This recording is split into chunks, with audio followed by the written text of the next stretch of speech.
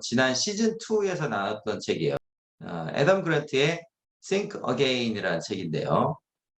부제가 모르는 것을 아는 힘이라고 붙어 있습니다. 그래서 공자님 또 그러셨죠. 모르는 것을 모른다고 하고 아는 것을 안다고 하는 것이 아는 것이다. 그런 말씀을 하신 것처럼 이 Think Again은 이제 자기가 모르는 것을 먼저 알아차리고 인정하고, 그리고 또는 틀렸을 때는 틀렸다는 것을 인정하고 다시 생각하도록 하는 것.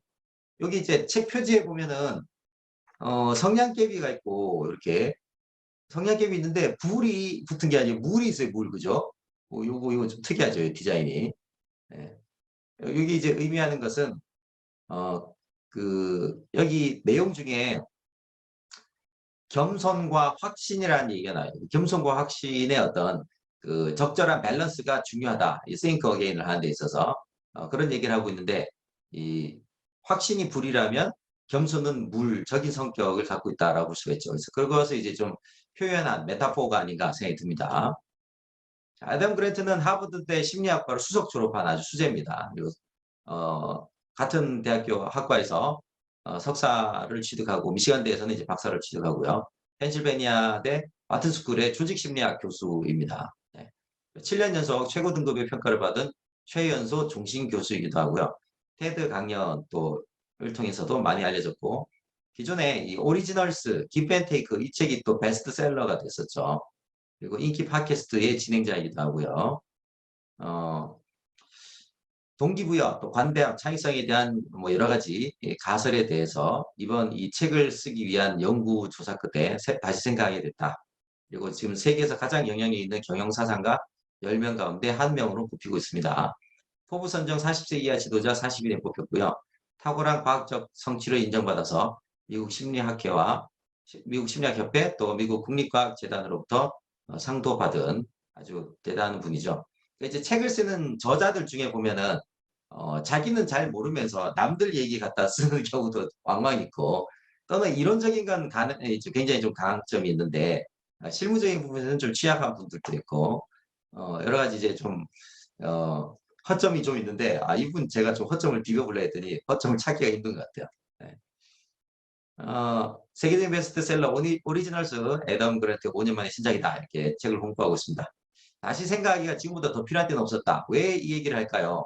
지금 보시면 이제 세상이 급변하고 있죠. 그래서 지금 이제 우리가 코로나 상황도 2년 전만 하더라도 2019년도 하반기만 하더라도 우리가 2년 뒤에 이렇게 살 거라고 전혀 생각하지 못했죠. 네. 그리고 4차 산업혁명을 필두로 해가지고 세상이 급변하고 있습니다. 그래서 기존에 우리가 당연시 여겼던 것을 다시 생각하는 게 필요하다. 이거를 이제 어떤 분은 메타 크리에이티비티로 표현하기도 해요. 그러니까 크리에이티비티는 창의성인데 이것의 그 상위 개념에 메타 크리에이티비티가 필요한 시대가 됐다. 왜냐하면 인공지능이 우리 인간의 크리에이티비티를 흉내를 내게 됐기 때문에 메타 크리에이티비티가 필요한데, 이때 핵심적인 거 두 가지가 있는데요. 첫 번째는 뭐냐면 기존에 당연하다고 생각하는 거에 대해서 반론을 제기해 보는 거. 두 번째는 다른 관점으로 질문하기. 이런 것들이 이제 메타 크리에이티비티를 구성하는 핵심적인 두 가지라고 여기에 대한 전문적인 연구가가 이렇게 얘기를 하고 있습니다. 자, 뭐 여러 이제 추천사가 있죠. 데니얼 카너먼, 이분은 이제 노벨 경제학상을 받은 행동 경제학자죠. 네.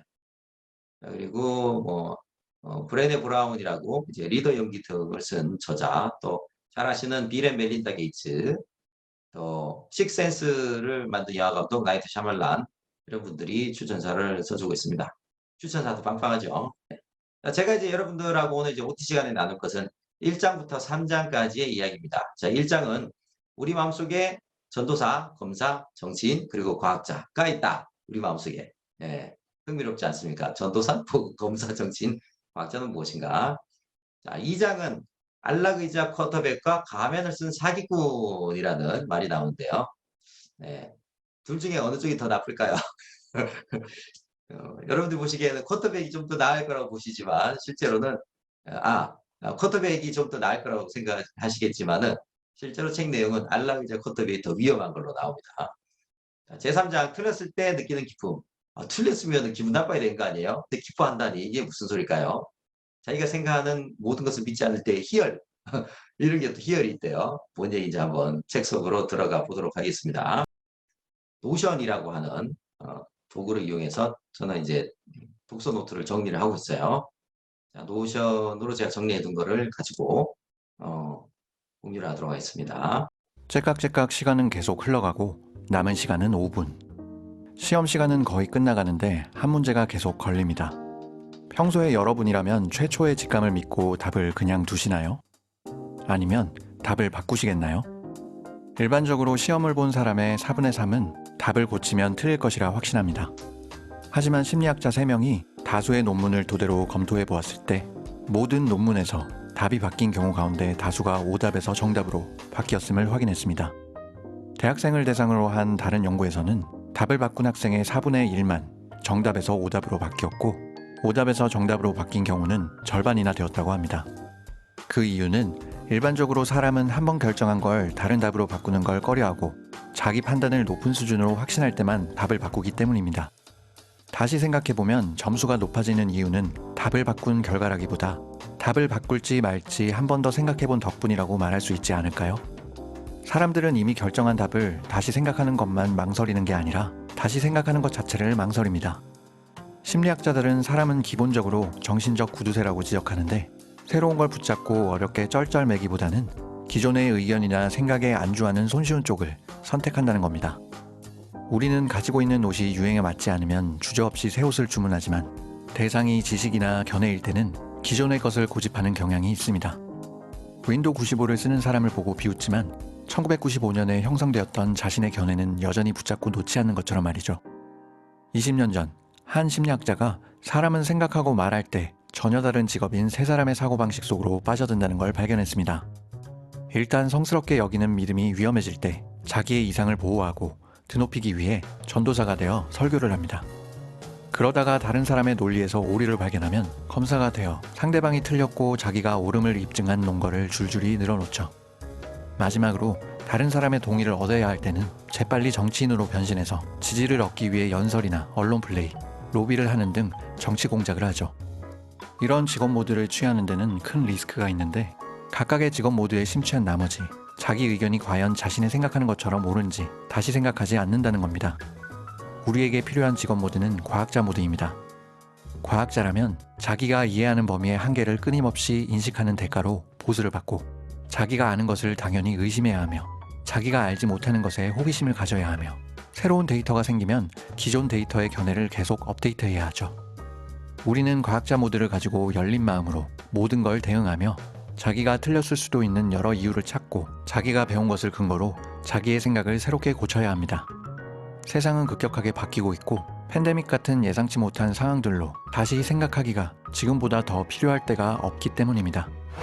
Think Again. 세계적인 베스트셀러 오리지널스의 애덤 그랜트가 신작으로 돌아왔습니다.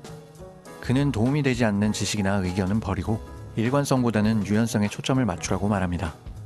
확신의 편안함보다 의심의 불편함을 강조하는 이 책은 애덤 그랜트 특유의 풍부한 지적 사례와 유쾌한 스토리텔링을 통해 개인과 개인 사이, 집단 차원의 다시 생각하기를 설명하며 사고의 유연성 및 기민성을 촉발하는 방법을 제시하고 있습니다. 자기 정체성의 가장 소중한 것들 가운데 어떤 것들을 버릴 시점을 아는 진정한 인생의 지혜를 배우고 싶은 분들께 이 책을 추천드립니다. 자, 네. 핵심적인 그 서두에 해당하는 부분을 잘 소개한 영상인 것 같아서 제가 소개를 했습니다. 제1장, 우리 마음속의 전도사, 검사, 정치인, 그리고 과학자라는 내용인데요.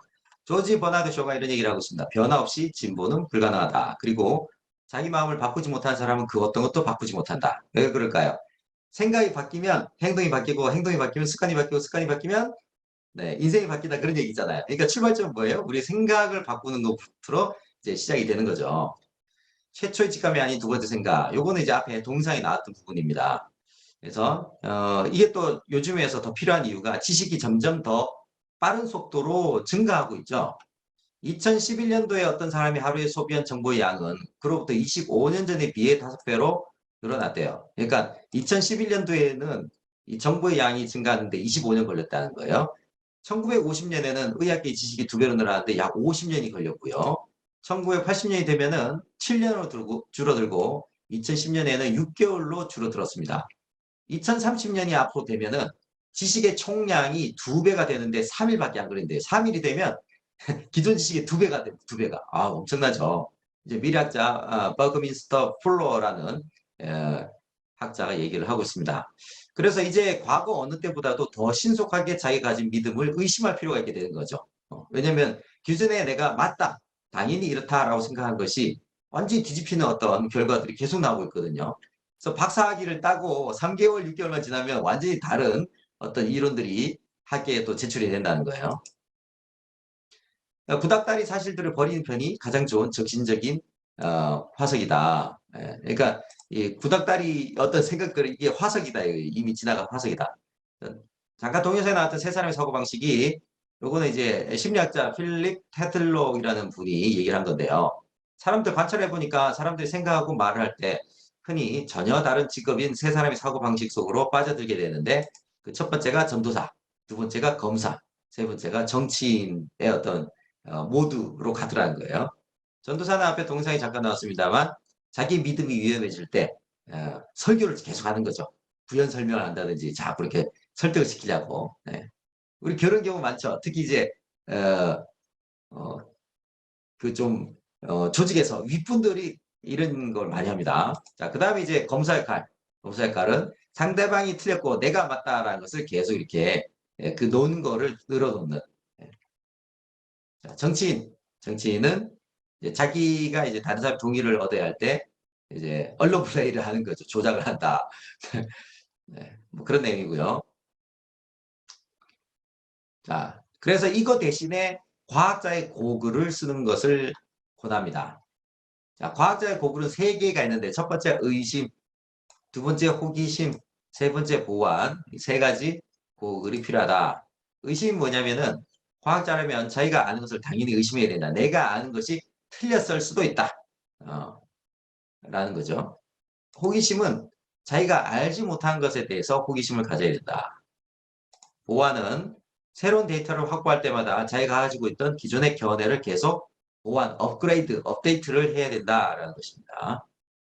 자, 과학적 사고의 관점에서 전략은 하나의 이론일 뿐이고 고객과의 면담은 여러 가설을 개발하는 데 도움이 되고 최소 실행 가능 제품과 시제품은 그 가설들을 시험하는 실험이 되고 이럴 때 기업가의 과제는 결과를 엄정하게 측정하고 가설이 맞는지 틀리는지 토대로 의사결정을 내리는 것이다. 이게 뭐냐면 요즘 최근에 이제 기업에서 신제품이나 새로운 서비스를 개발할 때 활용하는 접근법이 애자일 접근법이라고 하는 겁니다. 애자일 접근법. 애자일은 이제 민첩한 이런 뜻을 갖고 있는데요.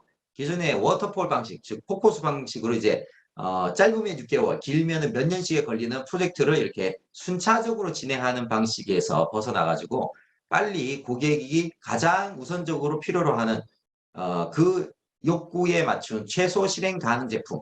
예를 들어 우리가 카카오톡을 한번 생각해 보시면 가장 핵심적인 어떤 기능이 뭘까요? 바로 무료 문자죠. 그래서 카카오톡이 출시할 때는 무료로 문자를 보내는 걸로 시작을 한 겁니다. 그래서 최소 실행 가능한 제품을 먼저 출시한 거죠. 그리고 나서 한 달에 한 번씩 계속 업데이트를 했어요. 이것이 이제 애자일 방법론에서 스프린트 어떤 주기를 애자일이 한 번 도는 거를 스프린트라는 기간으로 설정하는데 이 스프린트 기간이 보통 이제 한 달짜리를 많이 잡습니다. 그래서 한 달 안에 또 업그레이드하고 업그레이드하고 그래서 여러분들 앱을 구글 플레이 스토어 같은 데서 다운로드 받으면 한 달 지나면은 열심히 하는 회사 같은 경우에는 한 달 지나면 계속 이렇게 새로운 버전으로 업그레이드가 되죠. 자, 그런 방식을 얘기하는 겁니다. 이때 이제 나름대로 이런 것을 고객들이 좋아하지 않을까? 이렇게 하면 이렇게 할 거야 라는 것을 가설을 세우게 됩니다. 가설을 세운 다음에 그 가설에 해당하는 시제품 또 어떤 새로운 기능들을 한번 추가를 해보는 거죠. 그렇게 해서 고객들이 그걸 많이 쓰는지 반응이 어떤지 이런 걸 데이터를 통해서 확인을 합니다. 이렇게 데이터를 통해서 확인을 하고 그 확인된 걸 바탕으로 해서 의사결정을 하고 마케팅하는 것을 그로스 해킹이라고 요즘 얘기를 하고 있습니다. 데이터 기반에서. 자, 이렇게 진행하는 이런 과학적 사고에 의해서 기업을 운영했던 회사들의 경우에는 어떤 결과가 나왔을까요? 평균 1만 2천 달러가 넘는 수익을 기록했고요. 2배가 넘는 속도로 매출을 만들어냈고 고객들도 더 빠르고 쉽게 끌어들였다. 그래서 요즘 이제 창업을 할 때 특히 벤처 창업을 하게 되면 기본적으로 이런 애자일적 접근 그리고 데이터에 기반한 그로스 해킹을 기본적으로 지금 활용을 하고 있는 상황인 거죠. 이게 이제 그 관련된 데이터인데요. 이 통제 집단이라고 하는 것은 여기 회색으로 된 게 통제 집단인데 통제 집단은 기존의 방식으로 예, 그냥 내가 맞다 그러면 이제 계속 고수하는 잘 변화하지 않는 이런 방식이죠. 과학적 사고 집단이 바로 이제 검은색이고요. 그래서 연평균 총수익을 보면 어마어마하게 차이가 나죠. 예. 그다음 새로운 사업 모델로 갈아타는 비율을 봤더니 역시나 과학적 사고 집단이 통제 집단에 비해서 2배 이상 더 많이 새로운 비즈니스 모델로 체인지를 하더라는 거예요. 예. 특히나 이제 벤처 창업을 했을 때 그게 실제로 고객들한테 먹히고 어필할 것인지 그리고 수익을 만들어낼 것인지 굉장히 어떤 모호한 부분이 많죠. 왜냐하면 안 해봤던 새로운 거를 시도하는 거기 때문에 그럴수록 이렇게 과학자적인 마인드, 태도를 가지고 애자일 접근을 하는 게 훨씬 더 효과적이다라는 것이 이미 이제 지난 수년간에 대략 한 10여 년간 검증된 사실입니다. 자, 여기서 이제 똑똑한 사람일수록 더 실패한다 이런 얘기가 있는데요. 여기서 똑똑하다는 게 진짜 똑똑한 게 아니라 헛똑똑이를 얘기하는 겁니다. 네, 우리 이제 헛똑똑이라는 우리 말 표현이 있죠. 선무당, 네, 선무당이 사람 잡는다 할 때 그 선무당이 나옵니다. 네, 그래서 연구 결과에 따르면 지능 지수가 높은 사람일수록 고정관념에 빠져들 가능성이 높은데요. 대상의 패턴을 보다 빠르게 그냥 인지를 해버려서 됐고 이렇다는 얘기네. 그리고 빨리 결론 내려버리는 거예요. 그리고 한번 결론 내리면 잘 생각을 바꾸지 않죠. 실제로 기업에 가면은 우리 기업의 조직 리더들이 이런 리더들이 많아요. 그래서 빠른 의사결정은 좋지만 그걸 이제 다시 한번 생각을 잘 안 하시는 거죠. 네. 그러다 보니까 어떤 비즈니스적으로 큰 어떤 문제를 만드는 경우가 있는데 대표적으로 우리 애플의 스마트폰이 출시가 될 때, 그때 이제 원래 스마트폰을 처음 만든 회사가 아마 모토로라인가 뭐 IBM인가 그럴 거예요. 그렇지만 스마트폰이 대세가 되지는 않을 거야 라는 생각이 있었고요. 세상이 계속 변하는데 옛날에 한번 기어봤으니까 안 먹히는 걸 확인했으니까 계속 그럴 거라고 생각했죠. 그리고 노키아 같은 회사는 아유 그거 저기 누가 쓰겠어? 그리고 기존의 피처폰을 보수를 했죠. 국내에도 이제 삼성전자가 이거를 시장을 들어갈까 말까 고민을 하다가 이제 애플의 스마트폰이 나오고 나서 한 6개월 뒤 정도인가요? 그때 이제 개발에 착수해가지고 뒤늦게 이제 갤럭시라는 모델을 출시를 하죠. 그 뒤에 LG전자가 원래는 이제 이 맥킨지 컨설팅으로부터 컨설팅을 받았어요. 그래서 맥킨지 컨설팅에서 아직은 시기상조입니다. 스마트폰에 으로 진출하는 게 리스크가 큽니다. 그래가지고 이제 그 경영진이 그 컨설팅 결과를 받아들였어요. 실제로 그 경영진이 회장단이 사장단이 LG전자 역대 가장 큰 사업적 성과 매출을 내던 사장단이었어요. 그러니까 이제 자기들이 그렇게 잘해왔는데 이런 실수를 하고 싶지 않잖아요. 그죠? 어쩐 오점을 남기고 싶지 않았던 거고. 그래서 미루다가 삼성전자보다 약 3개월 정도 늦게 스마트폰 사업에 뛰어들었습니다. 그 결과 어떻게 됐느냐? 계속 삼성 뒤를 꽁무니와 쫓아다니다가 결국 올해 4월 달에 LG전자 모바일 사업부는 문을 닫게 됩니다. 네. 이런 것이 보면은 어떤 결정을 내린 것을 다시 생각을 물론 했지만 그 타이밍이 좀 늦은 것 때문에 계속 이제 후발주주로서 시장을 뭔가 좀 영향을 못 미치다가 결국 이제 문을 닫게 되다. 또는 그런 변화를 하지 못해서 결국 회사가 문을 닫아버린 노키아. 이런 것들이 지금 이런 사례가 연일 나오고 있는 상황인 거죠. 자, 똑똑한 사람일수록 자기 믿음을 수정 보완하는데 그만큼 더 애를 먹죠. 왜냐하면 난 잘났으니까. 그죠? 자, 자신이 보게 될 것이라고 기대하는 것만 바라보는 확정 편향. 그러니까 내가 이렇다라고 정하면은 거기에 관련된 정보만 받아들이는 게 이제 확증 편향입니다. 보고 싶은 것만 보는 것을 소망 편향이라고 합니다. 이 두 개 편향이 사람들의 지능 활용을 가로막고 더 나아가서 특히 구성원들의 지능을 일그러뜨려서 진리에 저항하는 무기로 만든다라고 하네요. 그렇기 때문에 과학자처럼 생각하려면 활발하게 열린 마음을 가져야 된다. 이게 뭐냐면 그냥 열린 마음이 아니라 적극적으로 활발한 열린 마음을 가져라 이렇게 얘기를 하고 있어요. 자기가 틀렸을 수도 있는 여러 이유를 한번 찾아보고 자기가 배운 것을 근거로 자기 생각을 새롭게 고치는 적극적으로 고쳐나가고 이런 태도를 활발하게 열린 마음으로 표현하고 있습니다. 우리가 과학자 모드로 들어가야만 사고의 민첩성을 획득할 수가 있다라고 심리학자 미하일 칙센트미하 이 사람이 이제 그 플로우라고 해서 몰입이라는 책을 쓴 그 굉장히 유명한 긍정 심리학자 중에 한 명이죠. 그리고 위대한 대통령을 구별한 요소는 바로 지적 호기심과 개방성이었다라고 얘기를 하고 있습니다. 그리고 저명 과학자들이 다른 동료들과 구별되는 차이점이 바로 이런 인지적 유연성, 우리가 속칭 이제 뭐 유두리라고도 할 수 있고 뭔가 이런 자기의 생각을 바꾸는 그런 유연성이 뛰어나더라라는 얘기를 하고 있습니다. 자신의 믿음을 끊임없이 벌여라. 다시 생각하기는 지적인 겸손함, 즉 자기가 알지 못할 수도 있다라는 사실 이것을 인정하고 받아들이는 것을 시작한다는 거죠. 다시 생각하기 사이클은 겸손함을 바탕으로 해서 기존의 생각을 의심을 해보고 또 새로운 것에 대한 호기심을 가지고 발견한 것을 바탕으로 다시 또 업그레이드를 시키고 이런 거죠. 과다한 확신 사이클은 자기의 자부심으로 인해서 확신이 강화되고 확증 편향과 소망 편향이 더 이제 증가하게 됨으로써 역시 내 말이 맞았어. 거봐 내 말이 맞지. 이렇게 다시 한번 확인하고 자부심이 하늘을 찌른다. 이런 거죠. 과학적 사고는 자부심보다는 겸손함을, 확신보다는 의심을, 종결에 따른 신경 끄는보다는 호기심을 더 소중하게 여긴다. 우리가 과학적 모드에서 벗어나게 되면은 다시 생각하기 사이클은 무너지게 되고 과다한 확신 사이클이 작동하기 때문에 주의하시라 라는 얘기를 하고 있습니다. 사람들이 다시 생각이 싫다면서 대는 핑계, 야 그거 여기서 안 먹힐 거야. 내가 해봤는데 저기 내가 잘 아는데 해봤는데 아니야 그거. 예. 그거 너무 복잡해. 아이, 또 신경 쓰지 말자. 야, 우리가 계속 그렇게 해왔는데 뭐 새삼스럽게 바꿀 이유가 뭐 있어. 이런 것들. 그리고 앞에 이제 우리 인간의 뇌는 좀 게을러요. 그래서 가능한 생각을 좀 적게 하려고 하는 경향성이 있는 거죠. 지식의 저주라는 얘기 아마 들어보신 분들이 있을 겁니다. 자기가 알지 못하는 것에 마음을 닫아버리고 자기가 아는 것만 고집하는 거죠. 좋은 판단은 자기 마음을 여는 기술과 그렇게 하겠다는 의지에 달려있다.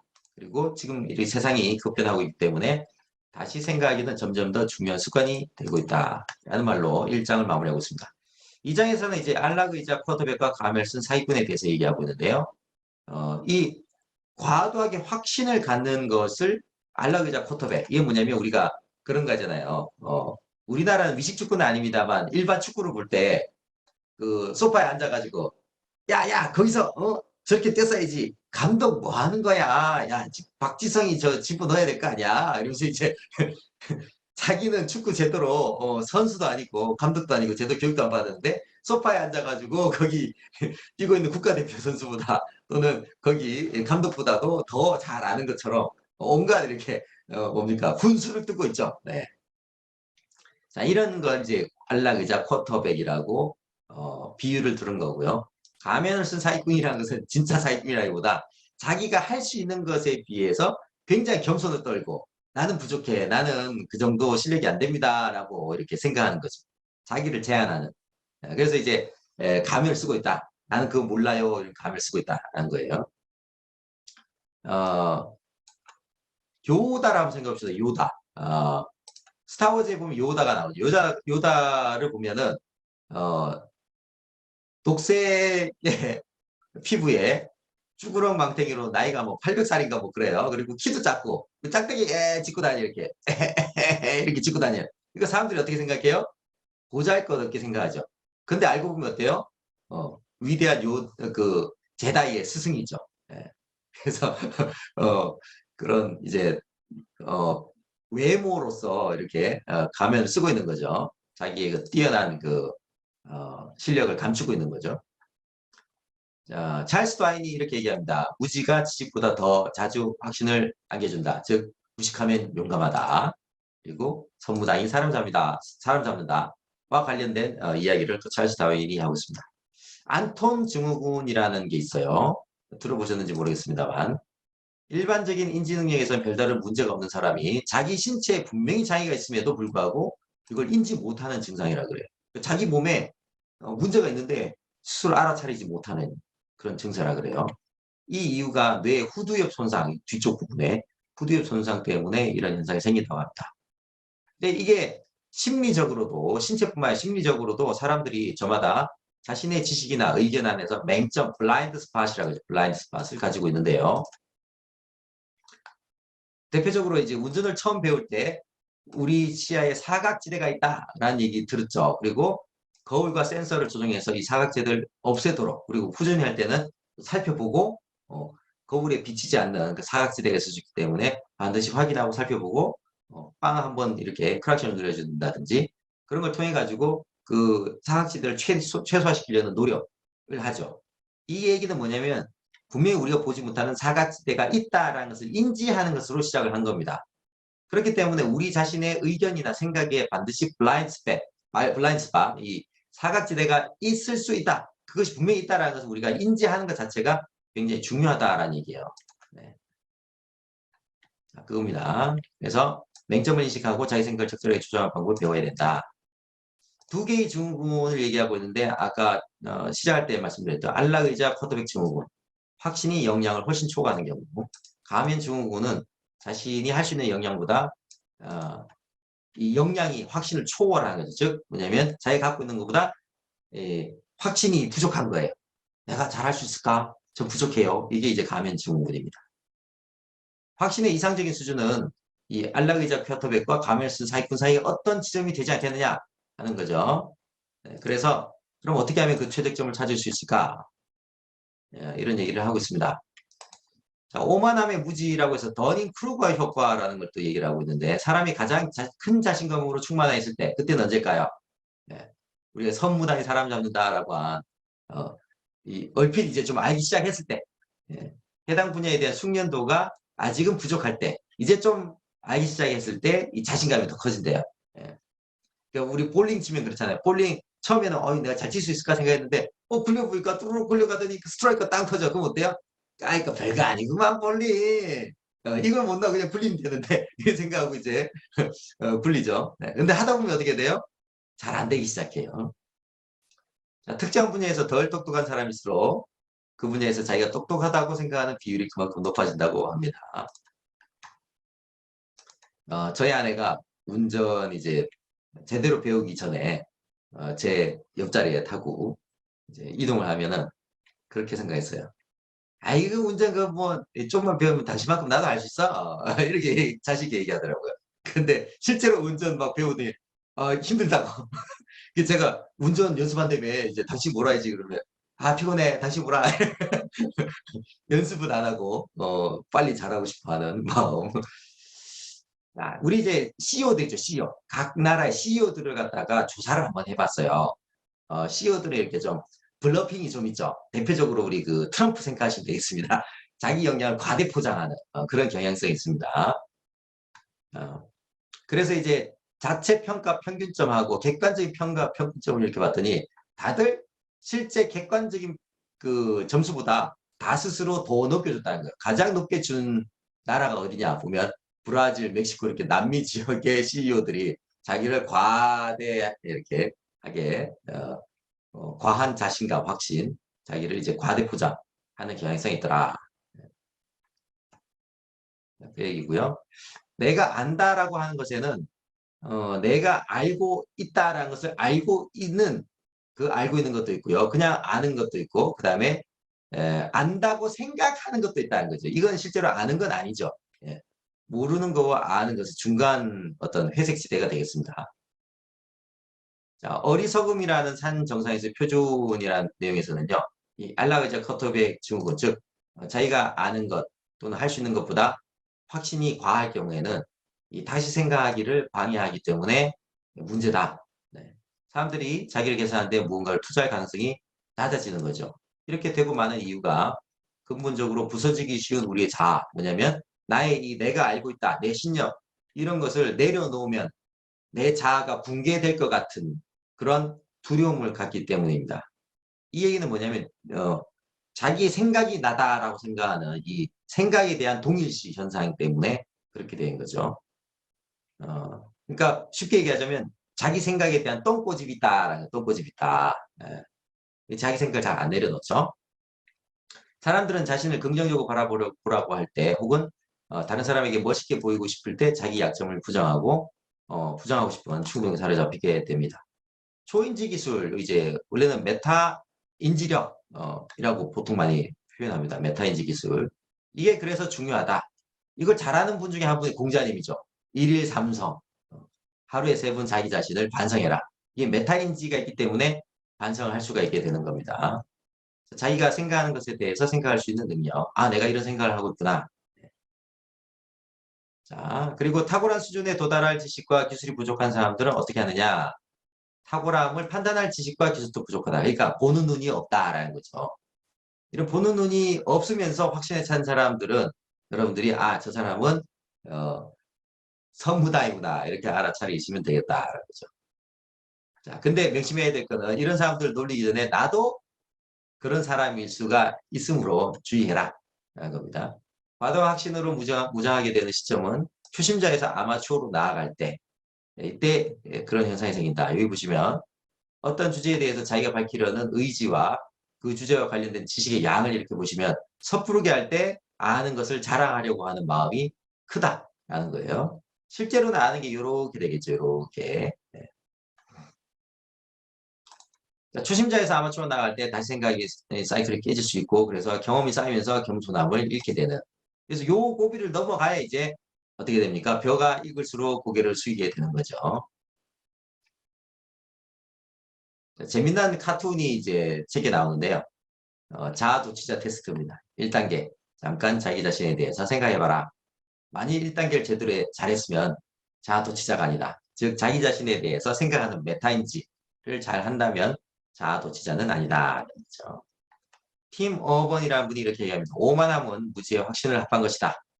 겸손함이 인생의 경험을 흡수해서 이것을 지식과 지혜로 바꿔놓는다면 오만함은 인생의 경험을 튀겨내는 고무방패이다. 그래서 이런 얘기들이 많죠. 경청이 지혜를 만든다. 경청을 하게 되면 지혜를 얻는다. 이런 얘기가 있습니다. 경청한다는 것 자체가 뭐냐면 자기를 내려놓고 내려놓을 때 경청할 수가 있게 되는 거죠. 자, 의심, 내가 알고 있는 것, 내가 맞다라고 믿는 것이 틀릴 수도 있다라는 이 의심이 안겨다 주는 이득은 어떤 것이 있는가? 첫 번째, 두 번째, 세 번째 세 가지가 있는데요. 첫 번째는 더 열심히 노력하도록 동기부여가 될 수가 있고요. 두 번째로는 더 똑똑해지도록 노력하는 동기부여가 되고요. 세 번째로는 훨씬 훌륭한 학습자, 배우려는 태도를 가지게 된다라는 겁니다. 그래서 이제 스티브 잡스가 자주 했던 얘기죠. Stay hungry, stay foolish. 항상 내가 부족하다라는 어떤 태도, 그런 겸손함. 근데 사실 스티브 잡스가 겸손한 사람이었던가는 조금 의구심이 듭니다만은 그 얘기고요. 자, 우리가 얻고자 하는 것은 확신에 찬 겸손함이다. 그러니까 그냥 겸손한 것이 아니라 확신도 있고 겸손함도 있다는 거예요. 그럼 뭐에 대한 확신이고 뭐에 대한 겸손함인가 보겠습니다. 자, 겸손함은 확신을 적게 하는 것, 자신감이 부족한 것이 아니고요. 겸손함, 휴밀리티는 라틴어 어원 가운데 이 땅에서부터 즉 뭐예요? 베이직에서부터 시작한다라는 거죠. 겸손함은 얼마든지 오류를 저지르고 잘못될 수 있음을 인정하면서 땅에 뿌리를 튼튼하게 내리는 것이다. 확신은 자기 자신을 얼마나 많이 믿느냐 하는 문제다. 그래서 분리를 하게 되는데요. 자기 방법론을 얼마나 신봉하느냐는 다른 문제라는 거예요. 미래에 어떤 목표를 달성할 능력이 자기에도 있음을 확신하면서도 현재 자기가 갖고 있는 도구, 즉 자기의 생각이라든지 접근법이 안 맞을 수도 있다. 비효과적일 수도 있다라는 그런 의심하는 겸손함을 유지하는 것이 필요한데요. 이것이 바로 확신의 최적점, 즉 확신에 찬 겸손함 모드라고 하는 거죠. 우리가 얻고자 하는 것은 확신에 찬 겸손함이고요. 자기가 올바른 해결책을 가지고 있지 않을 수도 있고 심지어 문제를 올바르게 설정하고 있지 않을 수도 있음을 인정하면서도 자기 능력, 뭐냐면 나는 이런 문제들을 헤쳐나갈 수 있는 잠재력, 가능성을 가지고 있는 사람이다 라는 것. 즉 우리가 이제 심리적으로는 자기 효능감, 자아 존중감을 얘기합니다. 네. 자, 이렇게 할 때 우리는 자기가 가진 낡은 지식을 다시 살펴보겠다는 의심도 품으면서 동시에 새로운 통찰을 찾아 나서겠다는 확신을 가지게 된다. 그러니까 자기 자신에 대한 확신이 있어야 훨씬 더 용감하게 새로운 지식에 대해서 얘기를 나눌 수가 있고, 그리고 자기의 어두운 면도 드러낼 수가 있게 됩니다. 네. 자, 그래서 확신에 대한 취득점은 이 자기가 갖고 있는 도구, 생각에 대해서는 불확실성을 유지하고 자기 자신의 어떤 잠재력 이런 거에 대해서는 확신을 갖고 있을 때 확신에 찬 겸손함이 되는 거죠. 자, 이렇게 할 때 확신에 찬 겸손함은 다시 생각으로 들어가는 마음의 문을 열어줄 뿐만 아니라 다시 생각의 질도 높여주게 되고요. 대학교와 대학원에서 자기 믿음을 기꺼이 수정하겠다는 태도를 가진 학생들은 그렇지 않은 학생들에 비해서 성적이 높았고요. 가장 효과적인 지도자들은 자신감과 겸손함 두 측면에서 모두 높은 점수를 실제로 연구조사 결과 기록했다고 합니다. 그래서 안락의자 쿼터백 증후군과 가면 증후군 사이에 확신에 찬 겸손한 구역을 잘 유지하는 게 중요하다. 라는 얘기고요. 자, 학습은 자기가 배울 게 있음을 깨닫는 순간 겸손함이 전제된다. 내가 배울 게 있다. 아직 많이 배울 게 남았다라는 그 겸손함이 있어야만이 학습을 할 수가 있는 거죠. 다 안다. 예, 이제 21세기를 살아가는데 문제가 되는 병이 다 안다 병이래요. 그리고 공부하기 싫다 병. 네. 다시 한번 정리를 합니다. 비범함, 겸손함은 사람 누구나 맹점을 가지고 있다. 평생 배우고 익힌 사람들의 특징은 자신이 만나는 모든 사람에게 뭔가 배울 수 있다. 공자님 얘기 또 나올 수 있죠. 우리 3인행의 필유 아사라. 3명이 걸어가면 그중에 반드시 나의 스승이 있다. 그런 얘기가 있고 자기보다 좀 못나 보이는 사람은 그걸 통해서 우리가 이제 저렇게 하면 안 되겠구나라는 걸 배우고 자기보다 잘한다고 생각했던 사람한테 나도 저렇게 해야지 라는 걸 배우게 되겠죠. 자, 오만함은 자기 약점을 바라보지 못하게 눈을 가리게 되고 겸손함은 자기 약점을 선명하게 바라볼 수 있게 도와주는데요. 확신에 찬 겸손함은 이게 교정용 렌즈 역할을 해서 그 약점을 극복할 수 있게 도와준다라는 것입니다. 자, 3장 틀렸을 때 느끼는 기쁨에서는 자기가 생각하는 모든 것을 믿지 않았을 때 오히려 기쁠 수가 있다. 그래서 목표는 보다 자주 틀리는 것이다. 이건 뭐냐면 그만큼 새로운 시도를 많이 한다라는 거죠. 우리가 받아들이고 싶어하는 것보다 더 자주 틀린다는 사실을 우리가 인식할 필요가 있다. 실제로 이제 면접을 볼 때 면접관들이 자기 나름대로 기준 평가를 가지고 이제 사람 뽑잖아요. 예. 근데 일부러 자기의 기준과 다른 사람 한번 뽑아보라 그런 얘기를 하고 있어요. 그럼 그게 이제 실제로 내 기준과 다른 사람 뽑았을 때 실제로 어떤지, 실제로 내가 이런 사람 뽑는 게 맞다라고 생각하는 것이 틀릴 수가 있다. 지혜를 얻는 방법. 살아간다, 실수를 한다. 자기가 한 실수를 통해 학습한다. 지혜가 축적될 때까지 이 과정을 반복한다. 이 과정에서 얻은 지혜가 사실은 전혀 지혜가 아님을 깨닫는다. 이런 인식은 지혜를 가져다 준다. 재밌는 표현이죠. 부처님 말씀에 이런 게 있죠. 달을 발견하면 손가락을 잊어버려라. 다른 진리를 의미하고 손가락은 어떤 글자, 그 과정에서의 도구 이런 것들을 얘기하는 거죠. 그래서 다른 표현으로는 강을 건넜으면 건널 때 쓰던 배는 버려라. 그리고 산을 올라라. 그런 얘기도 있고요. 선불교에서는 조사를 만나면 조사를 죽이고 부처를 만나면 부처를 죽여라. 이런 얘기도 있습니다. 그리고 어떤 성인은 내 이야기는 문지방 넘어가면서 다 잊어버려라. 이런 얘기를 하시는 분도 있죠. 당신의 생각을 감시하는 독재자라는 내용에서는요. 물리학자 리처드 파인만의 이야기를 가지고 시작합니다. 자신을 속여서는 안 된다. 그런데 자신은 세상에서 가장 속이기 쉬운 사람이다. 어떤 사람들이 살아남은 것은 그 생각들이 진실이기 때문이 아니라 살아남았다. 다른 사람이 어떤 주장을 펼치면서 자기를 공개할 때 우리는 재빠르게 상대방 주장의 약점을 찾아낸다. 그러나 정작 우리가 보지 못한 것은 바로 자기 주장의 허점이다. 라는 얘기를 또 하고 있습니다. 이제 필터 버블이라는 얘기가 나오는데요. 이용자의 관심사에 맞춰서 필터링된 인터넷 정보로 인해 편향된 정보에 갇힌 현상. 이게 최근에 와서 이 알고리즘이죠. 알고리즘. 예. 알고리즘 때문에 자기가 선호하는 정보만 계속 알고리즘에 의해서 추천이 돼요. 그러니까 늘 보던 방식, 내 사고 패턴에 부합하는 것들만 자꾸 추천이 되는 거죠. 그러니까 세상을 보는 데 있어서 이런 이 버블에 갇히게 된다. 이 필터의 버블에 갇히게 된다는 거죠. 네. 보수적 성향에 강한 사람은 보수적 성향의 어떤 컨텐츠들이 계속 보여지게 되고, 진보적 성향을 가진 사람은 진보적 성향에 관련된 정보들이 계속 자기한테 노출되겠죠. 네. 자, 그래서 때로는 다른 반대 측면의 얘기를 들어볼 필요가 있는 거죠. 우리의 잘못된 의견은 이 필터 버블 안에 갇힌 채로 보호가 되게 되고요. 그다음에 이제 우리의 믿음은 에코 챔버 반향실 안에 밀봉이 되게 되는데, 이 안에서 우리는 자기가 가진 믿음의 힘을 보태고 박수를 쳐준 사람들이 하는 말만 믿는다. 즉 이게 뭐예요? 이제 어떤 지혜로운 왕이 처음에 왕권을 잡고 처음에 시작할 때는 굉장히 지혜롭고 잘 처신했는데, 어느 순간 이렇게 뭡니까? 안 좋은 길로 가게 되는 경우.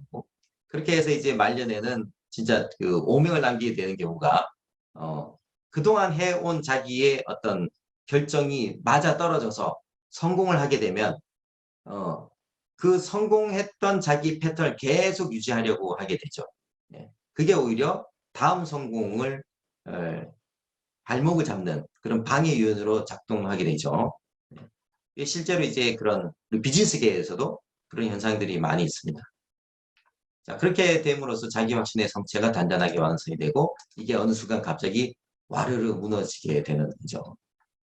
자, 애착, 어태치먼트인데 이제 다른 표현을 하자면 동일시 현상입니다. 그래서 이 동일시가 자기의 생각, 의견, 이런 관념, 이런 거에 사람들이 동일시 한다는 거예요. 이걸 동일시 할 필요가 없다는 거죠. 예. 그러니까 그걸 분리를 해라. 그걸 분리를 하실 때 우리가 다시 생각을 더 잘할 수가 있다. 두 가지 종류의 분리가 매우 유용한데, 자신의 현재에서 과거를 분리해라. 그러니까 과거는 이미 지나갔는데 그 과거의 나를 붙잡고 있는 거예요. 네. 그다음에 자기 정체성과 자기 의견을 분리해라. 자신의 의견은 내가 아니다라는 거죠. 자, 그렇게 할 때 훨씬 더 그 의견을 수정하는 데 있어서 자유로워질 수가 있죠. 배운 것을 깡그리 잊어버려야 된다. 네.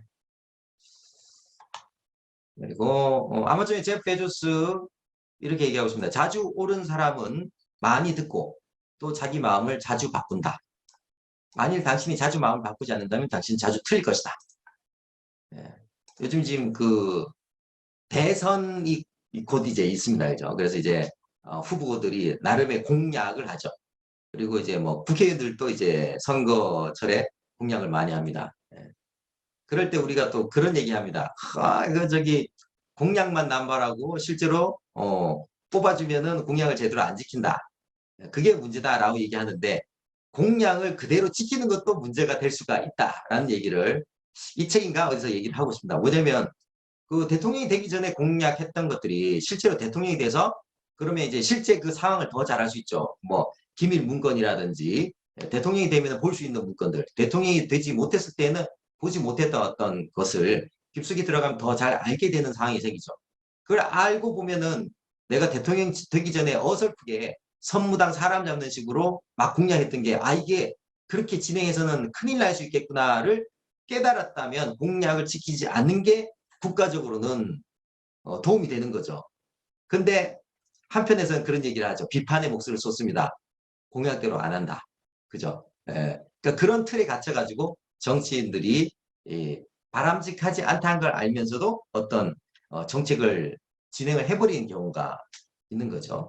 그래서 우리가 그런 부분에 대해서 좀 더 관대해질 필요가 있지 않나 하는 생각이 드네요. 공약이 필요하면 바꿀 수도 있다라는 거. 네. 자기가 틀렸음을 그래서 스스로 인정하는 것이 필요한 거죠. 제가 그런 공약을 했었는데 사실 제가 알고 보니까 틀렸던 거였습니다라고 자기 틀렸다라는 것을 인정할 수 있는 거. 네. 그리고 그런 인정을 할 때 우리가 또 너그럽게 또 받아주는 그런 부분도 필요하지 않나 생각이 듭니다. 자, 그래서 이제 이런 것들을 경계하는, 그리고 이걸 극복하는 게 중요하다는 것을 이제 이 책에는 안 나오지만 반야신경의 한 구절이 생각나더라고요. 반야신경이 이제 관자재보살, 행신 반야 바라밀다시 조견 오은계공 도일체 고액이라. 그래서 이제 모든 고통은 집착에서 시작하죠. 어떤 집착? 내가 옳다.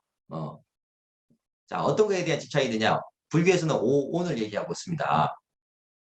오는 색수상행식이 되는데 색은 물질, 육체, 수는 감정, 감각, 느낌, 상은 이 감정과 감각을 통해서 받아들여서 자기 마음속에 생기는 생각, 어떤 표상, 개념 이런 것들이고요. 행은 어떤 의지, 욕구 이런 다양한 정신작용들을 행이라고 하고 식은 분별하고 뭔가 어떤 의식을 가지는 것들을 이제 식이라고 표현하는데 이것이 다 항고한 것, 늘 그러한 것 또는 나가 아니다라는 거예요. 네. 그러니까 집착할 필요가 없다. 이 집착을 내려놓을 때 사람들이 자유로워질 수 있고 고통에서 벗어날 수 있다. 그래서 보시면은 관자재 보살이 이 반야 바라밀다의 지혜를 행할 때 오온이 공인 것을 비추어 보시고 그러고 나서 온갖 괴로움을 건너갔다. 이걸 떨쳐냈다. 라는 얘기를 하는 거죠. 그리고 사리자야 색불이공, 공불이색, 색즉시공, 공즉시색 이면서 수상행식도 역부여시, 수상행식, 색수상행식 중에 처음에 색에 대해서 이게 공이다라는 얘기를 하고 나머지 수상행식도 다 마찬가지다 라는 걸로 이렇게 얘기를 하고 있습니다. 잘못된 어떤 것을 바로잡는 것이 자기에게 주어진 책임이라면 그 잘못이 누구의 잘못인지를 전혀 중요하지 않다. 책임을 지는 것이야말로 자기 힘을 되찾는 것이다. 라고 유명한 배우 윌 스미스가 이야기를 하고 있습니다. 우리는 새로운 정보를 접할 때마다 어떤 선택을 하게 되죠.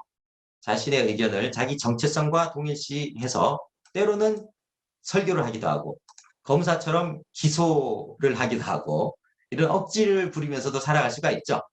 이렇게 되면 어떻게 됩니까? 우리는 꼰대 얘기를 듣게 됩니다.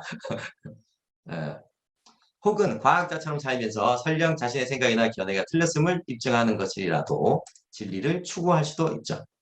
여러분들은 앞으로 어떻게 살아가시겠습니까? 여기까지 이제 1장에서 3장까지 Think Again의 내용을 좀 소개를 해드렸습니다. 그럼 제가 나눈 내용을 바탕으로 나름대로 와닿았던 어떤 생각, 또 정리된 생각이 있다면 어떤 게 있으신지 새롭게 발견한 것이나 정리된 생각을 채팅창에 한번 올려주세요. 그거 잠깐 나누고 코칭 질문과 통찰 나눔으로 넘어가도록 하겠습니다. 자, 올려주고 계십니다. 네. 김영욱 원장님, 변함없이 진보는 불가능하다. 그리고 출발점은 생각이다 올려주셨고요. 김민욱 대표님, 처음 체크한 답을 다시 생각하여 붙였을 때 정답이 될 확률이 높다는 연구 결과가 매우 흥미로웠습니다.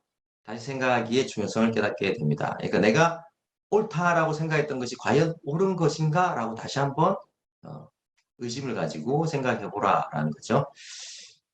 김덕순 코치님, 일관성보다는 유연성에 자아에 초점을 맞추자. 네. 김기덕 선생님, 다시 생각하는 것, 제가 한 번은 다 읽었네요. 무식함 용감하다. 겸손함은 땅으로부터다. 네, 올려주셨습니다. 감사합니다. 그리고, 예. 네, 또 올려주시는 분. 네, 오수연님, 네, 들어오셨네요. 마음가짐에는 거울이나 센서 따위가 없으므로 자기의 인지적 맹점을 인식하고 자기 생각을 적절하게 조정하는 방법을 배워야 한다. 네.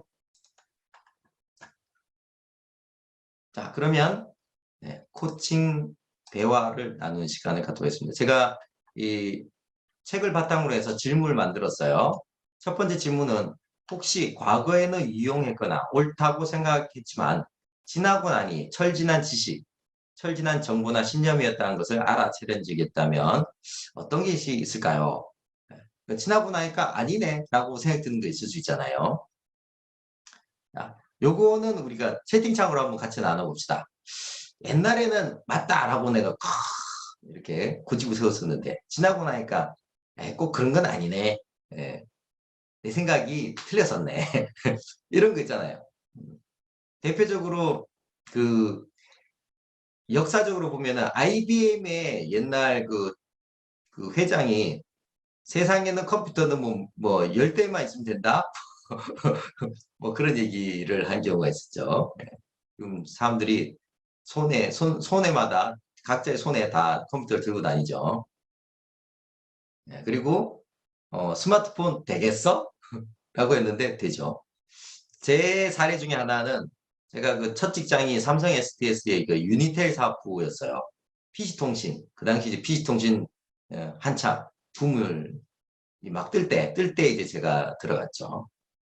제가 그 한 대리 때인가요? 그때 이런 얘기가 들리더라고요. 아, 우리도 좀 있으면은 TV 홈쇼핑 들어온대 그런 거예요. TV 홈쇼핑 시작한대 그랬어요. 그 저하고 우리 주변 직장 동료들이 뭐라 그런지 아세요? 야, 우리나라 사람들은 안 돼. 우리나라 사람들은 만져보고 먹어보고 이렇게 하고 사지. 그 텔레비 보고 누가 사냐? 그 당시 가장 어, 최신의 비즈니스 한다는 PC통신 사업부에 있는 사람들이 모여가지고 그 얘기를 한 거예요. TV 홈쇼핑 그거 보고 누가 사? 그랬는데 어떻게 됐어요? 다 홈쇼핑, 그죠? 중독자도 있어요. 그 다음에 우리 핸드폰에다가 TV 넣는다고 할 때, 야, 핸드폰에다 TV 그거 해가지고 누가 보냐? 그거 코딱지만한 거. 근데 나중에 보니까 다 지하철 타고 그거 보고 있어요. 그죠? 네. 중학교 때 선생님이 나중에는 물을 사먹는 시대가 올 것이다 라고 했는데 저희도 우물에서 물을 뜨면 되는 걸 왜 사먹느냐 했는데 그렇죠. 우리도 그랬어요. 저희도 그 초등학교 때 야, 해외 어디 나라 가면은 물 사먹는데 그래가지고 다들 야, 물 어떻게 사먹냐? 이런 생각했거든요. 이제 다 물 사먹는 시대가 됐죠. 네. 자, 자신의 생각이 틀렸음을 확인하고 인정했던 경험이 있다면 네, 어떤 경우가 있었는지 또 그 경험을 통해서 자신이 배운 것은 무엇인지 이런 질문들 그다음 요즘 다시 생각해봐야 하지 않을까라는 의구심이 되는 자신의 지식이나 어떤 생각이 있다면 어떤 것이 있는지 자신이 좀 더 겸손한 자세로 더 배워야 할 부분이 있다면 어떤 것들이 있으신지 이런 대화를 쭉 한번 나눠보시고 지금까지 독서와 코칭 대화를 통해 새롭게 발견한 것이나 정리된 생각이 있다면 어떤 게 있습니까? 그 생각을 바탕으로 한 주간 작은 것 하나 실행해 본다면 뭘 해보면 좋을까요? 이 얘기를 이제 여러분들이 두 분씩 서로 나눠보는 시간을 가지도록 하겠습니다. 자, 제가 회의실을 만들어 드릴 거예요.